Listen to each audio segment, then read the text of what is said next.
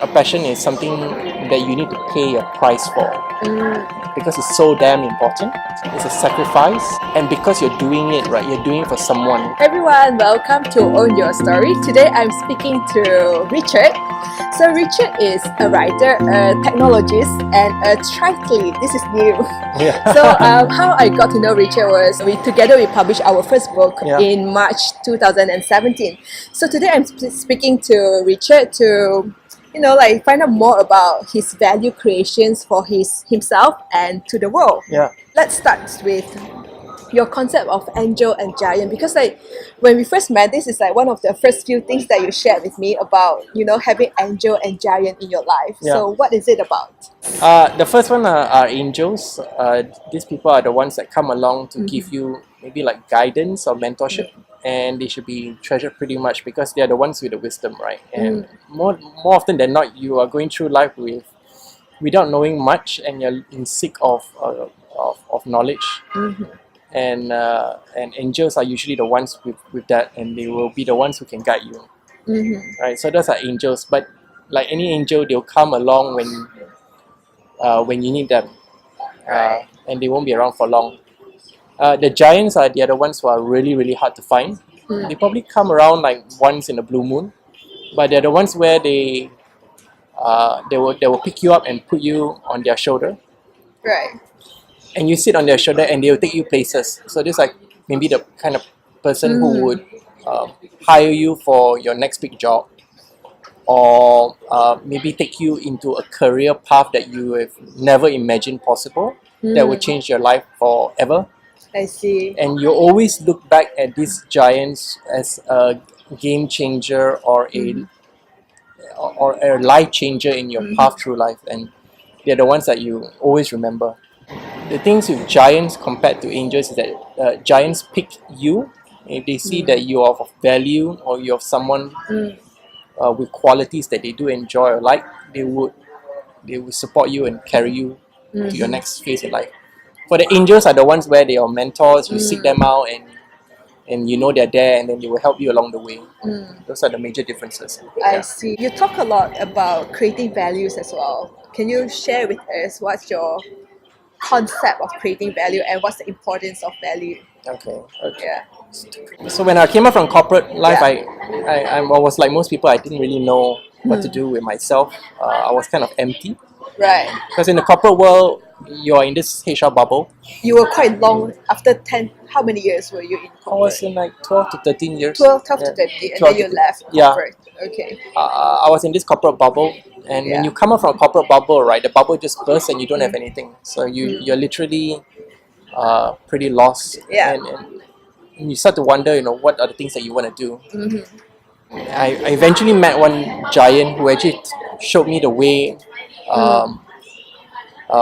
guide me through this very difficult path, and showed me that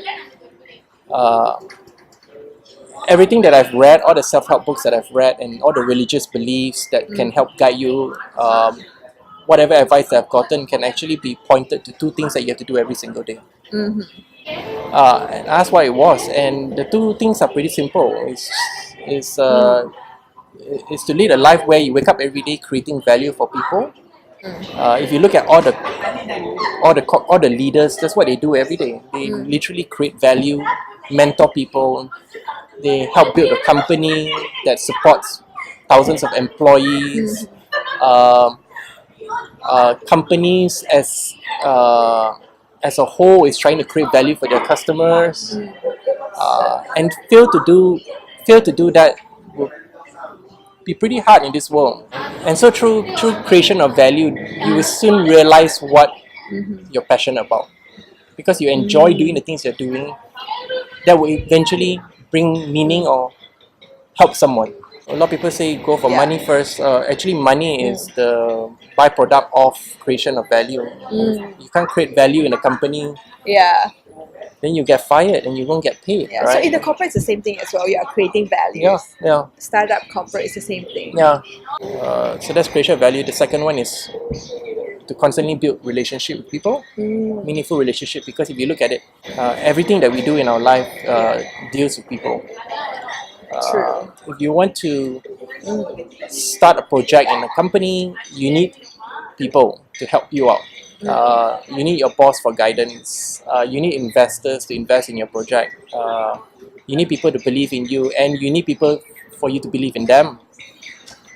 It goes the same way for startups also. When you're starting up a new company or a new project, you can't do it alone. You always have to rely on people. And that's where relationship comes in, right? So healthy and very trusting relationships are vital, I guess, for survival in our working in our life, because we're all social creatures, right? Yeah.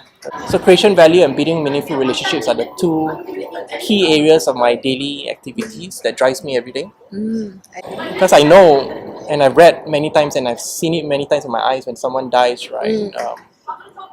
The only two things that will represent their life is the value they've created for the world and the relationships they had with people, whether it's their family, friends. Wow, Right? it's a good reminder. Yeah. And last year you also published, after our book launch together in October last year, you published another book. Yeah. It's about passion. Yeah. So tell us about it. Like how can one find their passion? And then it's like also like a lot of people say follow your passion, and then a lot of people say don't follow your passion. Yeah. And what's your point of view in that regard? Yeah. I think the right question to ask about passion is, what is passions? Yeah. What is passion? And so I did some research on the word passion, and it was actually a word being used in the 17th century to represent the passion of Christ on the cross. So the word passion actually came out in the Bible, first came out in the Bible to represent that. And it was actually to represent that sacrifice that he did for the people, for the sins that they've done, right? Yeah. So if you look at the synonyms for passion, one is sacrifices. Yeah. So passion is about sacrifice. Right. So when you look at sacrifice, it's actually something that you need to pay to do. It's a sacrifice that is sacrilege to do. And that's why passion can be really hard. So if you're creating value for someone, there's a sacrifice to be made. Right? If you are, for example, going to write a book that will change the hearts of millions, Yes. there's a sacrifice to be made, because you're going to have to spend time and money. And your emotion invested. Yeah, and you're going to spend time away from your family. I see. And it's a lot of sacrifice we put in it, right? There's going to be a lot of emotional drive. Maybe people might hate your work. I see. So that's sacrifice. So that's passion. And there's another synonym that represents passion, which is actually a devotion. So devotion is actually connection to another human being. So that's where the connection comes in, the relationship comes in. I see. That you're passionate about something because it's a devotion to someone. You're creating something for someone, or you're building a relationship with someone. That's why it's so passionate around it. So coming back to the word passion, a passion is something that you need to pay a price for, because it's so damn important. It's a sacrifice, and because you're doing it, right, you're doing it for someone. Build some relationship, that whether it's through a value that you're creating for them, or being there for them. And that's passion. It's quite deep. So to say that, I mean, I might be insulting foodies out there, but like, to be passionate about durians, I don't think you're passionate about durians. You have a hobby surrounding eating durians. So sometimes it's like overused, or like people just use it for the things that they like, and not really like the things that they will devote their life for. Yeah. If someone say they're passionate about playing tennis, but he or she only plays tennis once a week with friends while drinking beer, it's not passion. There's no sacrifice, no devotion. It's something leisurable. I see. It's a hobby. That's a good explanation and distinction. That's why passion takes time to find and cultivate. It's not something that you can just think of and then, oh my god, I'm passionate about chairs, I'm passionate about tables. It takes years to realize it. I see. Because it's so painful, and you think about it day in, day out. Without the failure to think about it hurts you, I see. makes you sad. So There's would you, passion. yeah, would you advise people to follow their passion? I would advise people to seek for their passion and devote their life to it. Yeah, I would advise. I think that sums up everything. Yeah, to the extent of Yeah. what passion is, Mm. but to seek for a hobby that disguised in passion and devoting to it, there's going to be a cliff at the end where you realize you're wrong, and then you realize, oh, it's not my passion anymore, I'm going to something else. That's where the cliff drops, right? That's where you feel sad, that's where you feel disappointed, that's where you feel lost. Yeah. For you yourself, what's your passion? I've got 4 areas in my life. Yeah. I think that this is the one that you and I are quite aligned in, the spiritual side, the mind, the heart, and then the body. So these 4 areas has to be balanced to lead a very hopeful, purposeful life. I'm passionate in all these 4 areas there's work to be done in these 4 areas that I'm doing every single day. That helps me lead a very balanced and purposeful life. Yeah. Can you share about your 4 quadrant right now? What are your priority in each quadrant? Okay. So the top part of the top part of the circle, the first quadrant is about spirituality. Yeah. My family and my close friends are Right. very spiritual to me, and I do take care of them a lot. If that breaks down, my whole life will crumble. That's how important it is for me. Yeah. And my values and my mantras are in there too. The mind side is of course my technology side, where I think about ideas that can help people Yeah. and my team to work towards too. On the right side would be the heart, right? And that's my book writing stuff. I do enjoy doing it. So I write books. I see. I write small short articles. I paint. I play the violin. That part is actually all meant to create value for people and connect with people. Then the body part is my triathlon side. So the body part is interesting because when the body breaks down, you're not healthy, you're not strong, right? You can just forget about the other parts. Right? You forget about your work. You forget about what you want to do in your life. You forget about all your passions and everything because it's not going to work because your body won't allow you to do it. Yes. So staying healthy and strong is actually very important for your family, friends, your company, your teammates, and the people that you interact with. In your journey, you have gone from corporates to startup. You were in startup for 3 years, like full-time startup entrepreneur for 3 years, and then you go back to corporate again. How do you decide whether you want to you want to do startup or work in a corporate? Oh. Because I would think a lot of people have that kind of dilemma. Yeah. I have something I want to do, but it's secure in a corporate. So to make that leap, what's your thought process? I actually have kind of like 2 steps to it. Yeah. Like the first step is realizing the fact that I'm not growing or I'm not learning. It's actually like if I don't feel like scared about doing something that I'm going to do the next few weeks, then it's bad news for me. So being in my comfort zone is actually something I'm really scared of. So once I'm in the corporate, whether it's in corporate or startup, whatever I'm doing, when I start to feel I'm in my comfort zone, right, it's a sign for me to leave. I see. Or seek for a new challenge. Yeah, that's when the second part comes in. That's when I start to rely on my angels and giants and prepare them for the next leap. So before I take the leap, I line up my giants or angels first, right? Because they will be the one who will be able to take me to the next step. I mean, you can't do it alone, right? Yes. You always need people around you to do it. So during your 3 years, like fully immersed in the startup world, how has you evolved as a person? My heart is with startups, right? The startup world taught me about creation of value and relationships. Taught me about passion. Taught me about so many things about how to lead a balanced life. Everything happened within that 3 years. It was Yeah. quite It's significant. it's the time when we met as Yeah, well. yeah, we met. Meeting different people like yourself helped change my mind or outlook through life. And it's all condensed within that 3 years. It's insane. And like what I did in IBM was, or my previous company back then was, you grow professionally, but staying too long in there, I realized your your mind start to structure itself to the day in and day out of it. So being in the startup world helps to rejog the mind and to change you and make you realize things and reflect on things, which I is so see. important. What are the change in terms of mindset? What or perspective? What changed?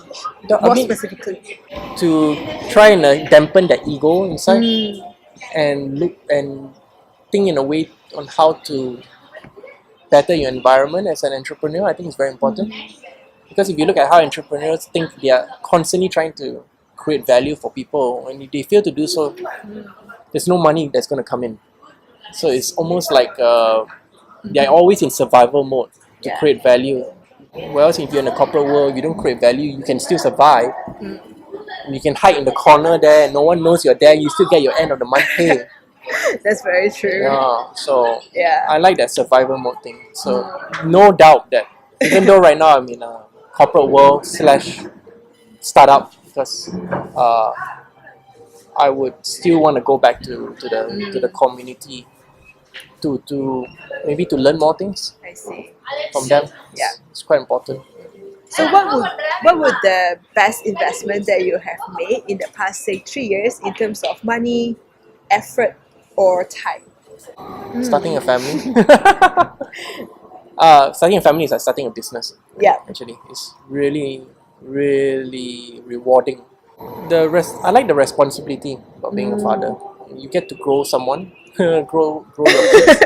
You get to teach them the skills that you have. You get to guide them, and it's okay if they don't want to follow you. It's okay. It's just something that you want to give to them. However they want to take it. That's how my parents brought me up. I mean, they share with me knowledge. Whether or not I want to take it is up to me. I like that kind of idea. So every day when I'm with them, I'm sharing them things, I'm showing them my life. It's really like a gift back to them. You can call it legacy. Maybe legacy is overrated or something like that. But I kind of enjoy that satisfaction. Starting those companies within those 3 years, I enjoyed it too. Lollipop Lab, and Petals, and then writing books. Yeah. We went through this writing, which changed my life. Yeah. I don't think I ever stop writing now. That I do enjoy. Yeah, and I noticed that it's about building things, right? The investment, the things that is most rewarding is actually the things that you build, you create. Yeah, because you are creating value, right? Yeah. Like the thing that I learned is that people really don't care how many companies you own. They only care about the companies that create value for them. So what would, like, for young and driven graduates who are about to enter the real world, what would be your life tips for them? What would you want to remind them of? It's on my website. There's a page that I have called that has these 10 tips. I created it as like an advice for questions like this. I'll search it out and put the link up. Yeah, sure, no problem. Alright, so it's what is it about? It's the 10 things that I've learned over my whole career until today that I found quite relevant. I see. Can you pick like the one most important one? Having the ability to be grateful for what you have in life. And we take it for granted. Gratitude is a skill that I learned from one of my angels. He coaches CEOs and leaders. So I told him about the concept of creating value and building meaningful relationship, and he did agree with that, but he did mention there's something you're missing.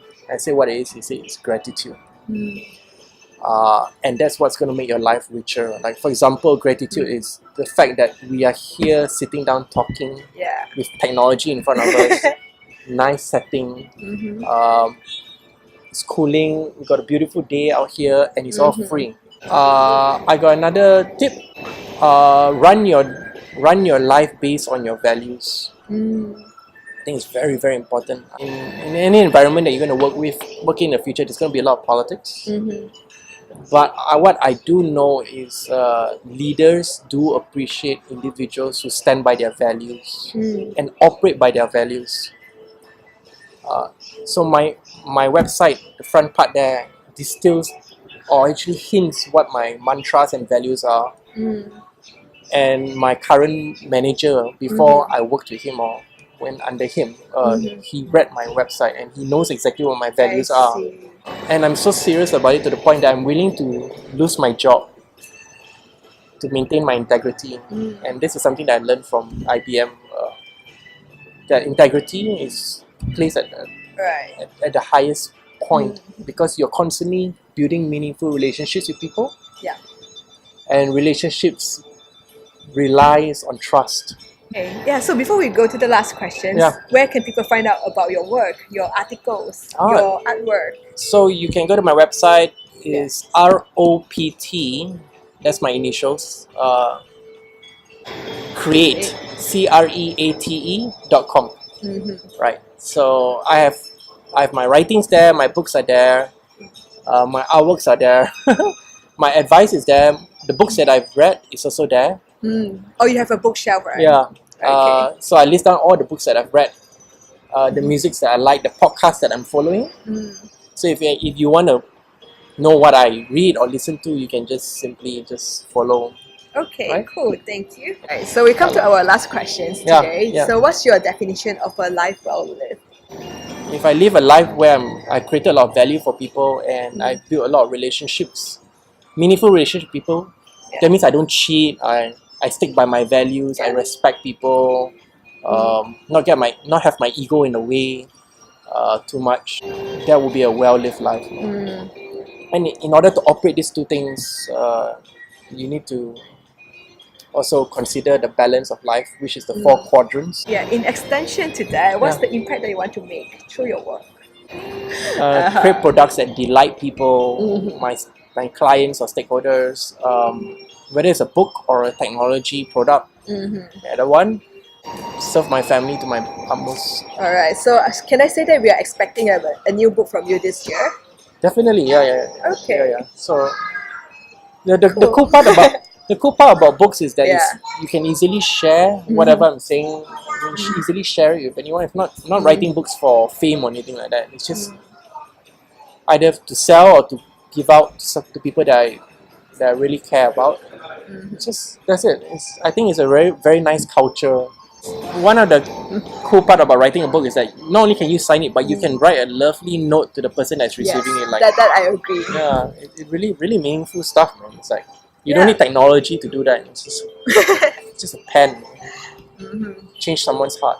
Yeah, so I look forward to that, to your new book coming out this year. And thank you for your time. Thank you for coming to own your story and share your wisdom with us. A lot to learn. And then I learned a lot from you today. It's like a lot of things that, like you remind me of a lot of things that I know, but it's like sometimes you stick the mind, like values and then gratitude and all that. So thank you. Most welcome. Alright, so see you guys next week. Bye.